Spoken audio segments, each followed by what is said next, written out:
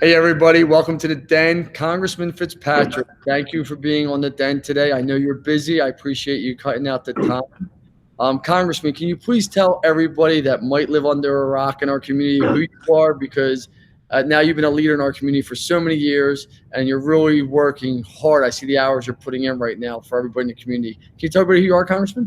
Yeah, thanks, Lance. Yeah, I'm Brian Fitzpatrick. I represent Pennsylvania's first congressional district. Going on about 4 years now of doing this, and before that, I was an FBI agent. Started in New York City, ended in LA, and in between, I traveled the world working counterterrorism, counterintelligence, and cybersecurity cases. Well, thank you. And once again, thanks for being on, Congressman. Congressman, I guess, we see what's going on in the community. You have a few 100,000 businesses, a little over about 800,000 people that you lead every day in your local area here. What's the community saying to you? What's the small business saying to you? Are they scared? Are they unsure? What are you hearing? You're on the front lines every day, still going to your office, working 12, 15 hours a day, you and your staff, which I want to thank you personally for, because I know how important it is for my business and many of my clients and other businesses out there, what you're doing. But what are you hearing? Yeah, we're hearing a lot, Lance. I'm on the phone literally 12 hours a day, answering questions, dealing with small businesses, our employees, healthcare workers, school teachers, and we got to forget about the impact on the schools and our kids, and our police officers, our firefighters. There's a lot of different, unique, moving parts here as far as issues go. But mainly, people are concerned because this is unprecedented. It's called a novel virus because it's new. It's nothing we've seen before. Certainly, nobody in our lifetime has experienced anything like this from a health standpoint and an economic standpoint. There's some sectors of the economy that have been completely 100% shut down. That has not happened in our lifetime. So we're trying to get answers to them. Also, with the legislation that we've passed, we've now passed three separate bills, including a $2.3 trillion bill just last Friday that provide pretty significant economic relief. And it's not just important that we pass that. We actually have to execute it, and we have to answer the questions, particularly for the small business owners, so they know that of that $300 billion piece of that bill that we passed, what that means for them, where they go, that they go to their community bank and not the SBA to get those forgivable loans, which are essentially grants that cover payroll for 2.5 months for their employees to the tune of 100% and go even beyond that. So a lot of it is us just breaking down the legislation for people in very simple, digestible forms so people can understand that and get relief. And moreover, also helping people from our community that are stranded overseas, many of whom, ironically, were in Peru. We just got the last one home yesterday, helping from the foreign policy piece as well. Thank you. As you know, this is a business show for the most part. We talk about community things, but for the most part, it's about businesses moving forward. In this time right now, what's the biggest challenge for your businesses in your area? What do you see the biggest challenge if you own a business right now? As a business owner, what's the biggest challenge you're hearing, and what are you saying to them? Yeah, I mean, there's no question what the biggest challenge is, and that is this is an unprecedented time where you have the simultaneous occurrence of two events. On the one hand, you have the government ordering businesses to shut their doors, shut down their business, send their employees home. And on the other hand, you have insurance companies telling these same businesses that this is an uninsurable event. That's an impossible combination. Those two things cannot happen simultaneously. Otherwise, every business is going to shut down in America. So we have to fix one or two of those things. Obviously, we can't, piece number one, we have to abide by because that's the public health piece of this.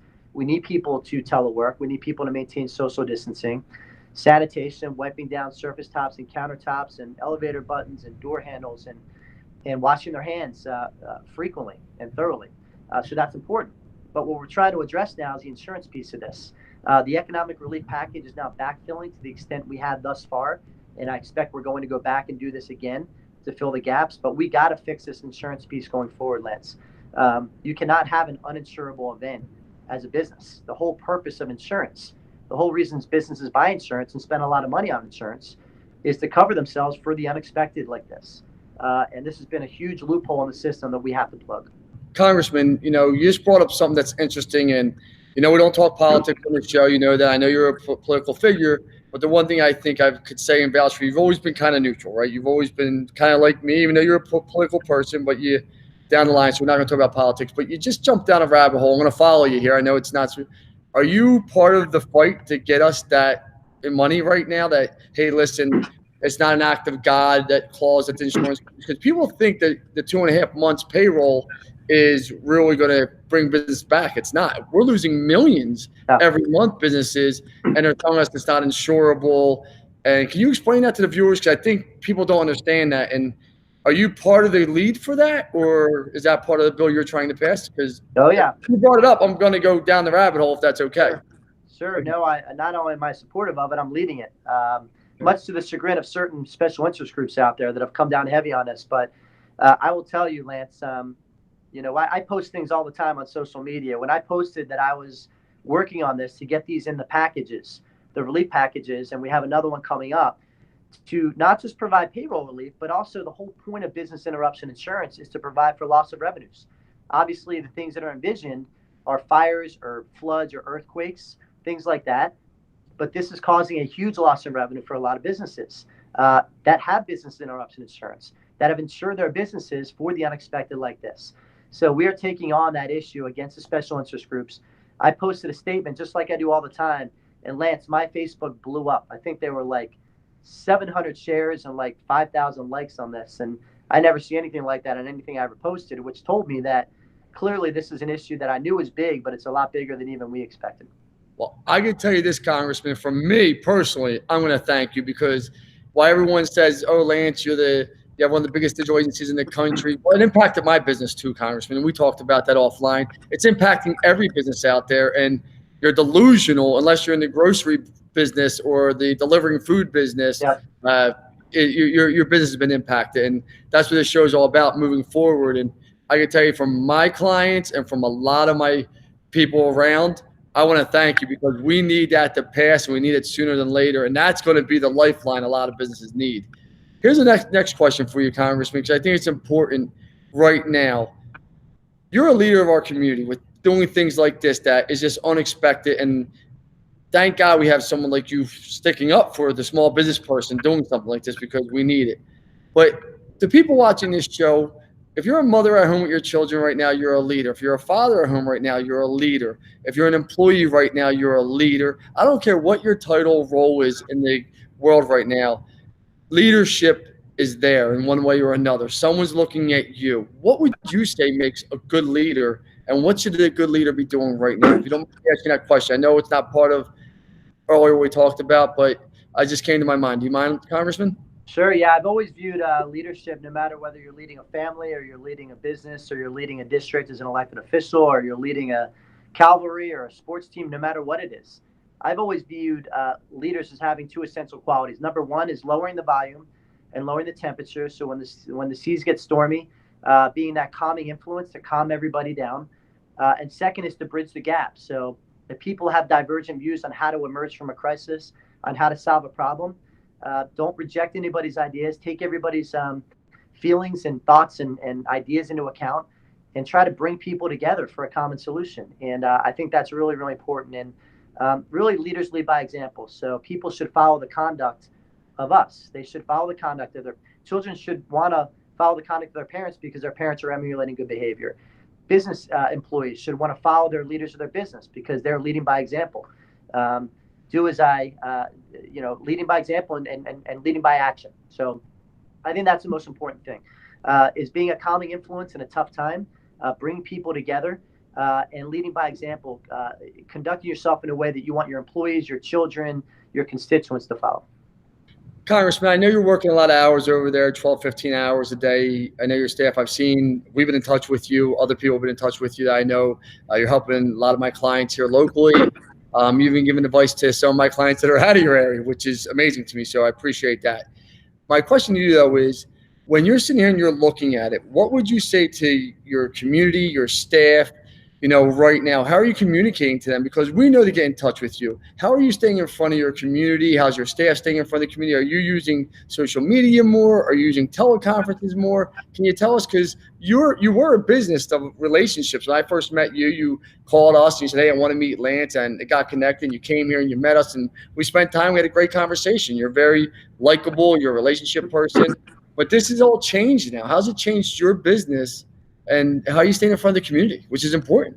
Yeah, I mean, I told my staff we're essentially an essential service right now because a lot of people have a lot of questions, whether it be on the business side, helping healthcare workers get access to N95 masks and all the supplies that they need. Working with our school superintendents to try to navigate the educational piece for this for the kids staying at home, helping our law enforcement personnel. There's a lot of different pieces to the puzzle, but my staff working. Obviously, we're all leading by example and maintaining social distancing. Everybody's maintaining their space. People that can work from home are working from home. We also have a distance presence in this office here, where I am now, where we're fielding a lot of phone calls from people that are stuck overseas trying to get loved ones back home, to people that are hospital workers that need assistance trying to access stockpiles, whether it be at the state or national level. It's all hands on deck right now. This is a wartime type scenario. We're fighting an invisible enemy here, and I told all my staff, we need to step up to the plate because when you represent 750,000 people and you hit tough times like this, we got to step up to the plate and be leaders and be there for all of them as much as we can be. That's amazing because that actually goes into my next thing is I think you have about 350, 400,000 business owners actually in your community that you lead every day. And they are scared, Congressman. They are not sure. You're hearing so many different things about the stimulus package, so many different things. Insurance companies, they're scattering like flies. They don't want to get back. You're not covered. You're not covered. Every agent's just you're not covered. You're not covered. You're not covered. Not covered. Right. So and the SBAs, these banks that never did SBAs, they got approval to do SBAs. And like you said, there are some good local banks that the Penn Communities, the Centrics, some great local banks that have always done SBAs. I'm not going to give my opinion on the SBA loans or not, or the grants. It's not my place. But what would you say to the business owners that aren't educated on that? Can they use you as a resource, your staff? Can they contact you? What would you say to the business owners that are nervous? What would you say to them to calm them down? Yeah, please utilize our staff. We have a tremendous team here. They are true public servants. Our phone number is 215-579-8102. If you have any questions on guidance on how to navigate the legislation from an economic relief standpoint, or any question really, please reach out to us and we will do everything we can to fix your problem. And if we can't fix it, we'll try to navigate one of the other agencies who can help with that. Like I said, part of what we're trying to do is get through the other side of this curve, so to speak, on the as far as the healthcare piece goes, and the medical piece, and everybody's got to do their part. But please stay at home and give our office a call if you have any questions, and we will do our best to navigate that for you. Congressman, as you know, this show is about moving your business forward. Even though you're not a business owner yourself, I look at you, and I said this the day I met you. You also are a business. You run a business. A lot of people. You're leading a lot of people. You're delegating a lot of things. You're responsible for lives, thousands of lives. You're responsible for thousands of bills to get passed. All these things that are so important. What are you doing on a daily basis right now internally to move your business forward? Why? I know you're working 12, 15 hours. Are you kind of just reacting? Or are you also being proactive? Can you let us know what you're doing to move your business forward? Yeah, I mean, we're a customer service entity here. We are, responding to a lot of calls, obviously, and getting people answers and connecting with different agencies. We're also proactively reaching out to the community, letting people know the services that are needed out there. I mean, just yesterday I was at a blood drive with the American Red Cross. I myself gave blood and just wanted to send the message out to the community that our community blood banks are very depleted because of this situation. So people that can go out should. But mainly just trying to get answers and give as much certainty as we can to businesses. Obviously, none of us have a crystal ball. We don't know exactly how long the curve is going to be going on the upward trajectory before we cross and start going down. We're hopeful that if everybody does what we all should be doing on the distancing side, on lowering the healthcare demand, to make sure that we cancel elective surgeries, that we take care of our elderly, we make sure that we can expand our healthcare infrastructure to the extent we can through ancillary facilities, whether it be reopening wings that are closed at the Lower Bucks Hospital, utilizing things like Hahnemann Hospital, which is now a closed hospital, but it is much more easily repurposed than some other facility. But we're doing everything we can, Lance, to respond to issues on the business side, take care of people on the healthcare side, and give them as much certainty as we can as we get these data points in from the COVID task force, to give people some idea as to when we project to the best of our ability that we'll be on the other side of this curve. Well, I did have the final roar for you, but being that you brought it up before I give you that question, You brought up Hahnemann Hospital. Can you update anybody what's going on there? Because I'm hearing different things, and I'd rather get it from my local leader than someone else. Yeah, I mean, it's certainly on the list of places when we talk about our lack of surge capacity. The normal healthcare model for many institutions in this country, on a normal day, they could be operating at 70% or more capacity of their ICU beds. It's not in the business model of the healthcare system in this country to plan for what they call surge capacity, a massive, unexpected influx of patients. That's one thing we have to fix when we get on the other side of this curve. But in the interim, we're looking at locations that could be easily repurposed and re-outfitted and retrofitted, if you will, to be more suitable to handle any kind of surplus or overflow of medical needs should that need come. So that's part of what we're looking at right now. So there is no deal with Hahnemann yet, Congressman, is that correct? Not that I'm aware of. Again, that's not my district, so I can reach out to my colleague, Dwight Evans, to see if he knows of anything. But we will get back to you on that for sure. It's certainly on the list. Well, Congressman, I'm glad you're dealt with already. I'm glad you're more polished than me, because I'll say on my show, this guy needs a good smack, because that thing should have been open, operational 2-3 weeks ago. And there's a time to make money. There's a time to do right by the community. And I got a lot of loved ones here in Philadelphia, Bucks County. And, you know, a guy from California shouldn't be dictating what goes on here. And that's just my personal opinion. I'm not going to do politics. I understand the business element of it. But, damn, we got a community here we got to protect. So, Congressman, I appreciate you being on the show. You know what the final roar is all about. This final word is not going to be a question. I'm actually going to give you 30 seconds to talk to your community and tell them whatever you feel is necessary. So it's different. There's no question. I appreciate you being on. I'm going to actually say this, Congressman, thank you, because you've been on with my staff. Joe Lynn's been on the phone with your staff multiple times, my accountings. You guys have really led the way and helped ease the stress for my company and many of my clients. So I appreciate that, Congressman, very much. Talk to your fellow people that in your community and let them know what you want to say. The final word is all yours, Congressman. Thank you. Oh, thank you, Lance. Thanks for having me on. I appreciate it. And, you know, I ask two things of our community. Number one, please lead by example. You know, this is a very, very serious outbreak we're dealing with. It's a pandemic. It's a highly infectious virus. It's highly contagious, unlike anything we've seen before. And it's so imperative and so important that everybody maintain social distancing, stay at home, as much as possible, and make sure that you're practicing sanitation, wiping down countertops, surface tops, washing your hands rigorously and constantly and thoroughly to make sure that you know we're stopping the spread and slowing the curve of the virus. And second is to keep everybody on the front lines in your prayers. Our healthcare workers who are on the front lines of this need your prayers. Our police officers and firefighters who are going out every day serving our community need your prayers, and the people that are at most risk need your prayers, particularly the elderly population. I have two parents that are both 85 years old. I love them dearly. I haven't been able to see them. My brothers and sisters haven't been able to see them. Their grandkids haven't been able to see them, and they're just one example of so many people out there in our community. You know, our elderly population, it's a lonely time for many of them to begin with, and this has really made it a lot more challenging for them, and it's a very, very rough time for them. Keep them in your prayers as well, and anybody who's immunocompromised, who's at a high-risk category. The reason that what we're doing, distancing, is not just to protect ourselves, it's to protect our elderly population, our immunocompromised, and to get through this quickly. The more that we can hunker down and follow the rules now, the quicker we will get through this as a community and as a nation. So I just encourage everybody to lead by example and keep the people that really need your prayers in your prayers.